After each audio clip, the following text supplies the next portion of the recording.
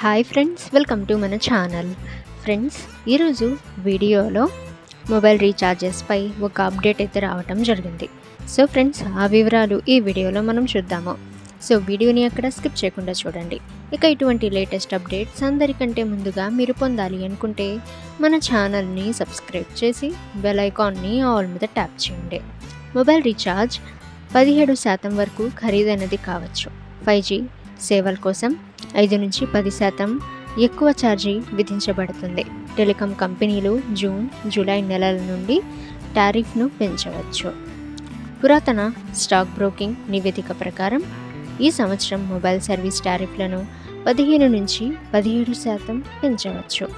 అదే సమయంలో జియో మరియు ఎయిర్టెల్ తమ ప్రీమియం వినియోగదారులకు అపరిమిత డేటాను అందించడాన్ని నిలిపివేయవచ్చు. జూన్, జూలై నాటికి కంపెనీలు టారిఫ్ పెంపుపై నిర్ణయం తీసుకోవచ్చు.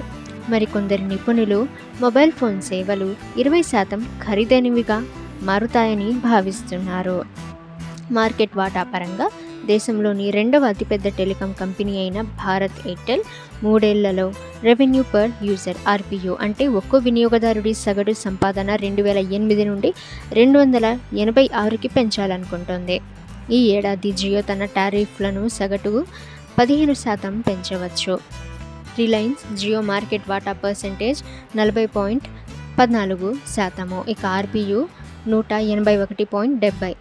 ఇక ఎయిర్టెల్ మార్కెట్ వాటా 32.92%. ఇక RPU 208. Vodafone idea 18.93%. అంటే ఇది మార్కెట్ వాటా. ఇక RPU 145. BSNL చూసినట్లయితే 07.78. ఇక RPU 60.61. మార్కెట్ షేర్లు ఫిబ్రవరి 2024 వరకు ఉన్నాయి. RPU నెలకు డిసెంబర్ 2023 వరకు.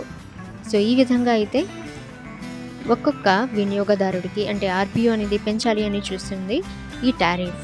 ఓకే ఫ్రెండ్స్, ఇటువంటి లేటెస్ట్ అప్డేట్స్ అందరికంటే ముందుగా మీరు పొందాలి అనుకుంటే మన ఛానల్ని సబ్స్క్రైబ్ చేసి బెల్ ఐకాన్ని ఆల్ మీద ట్యాప్ చేయండి. అండ్ ఈ వీడియోని మీ ఫ్రెండ్స్ అండ్ ఫ్యామిలీ అందరికీ కూడా షేర్ చేయండి.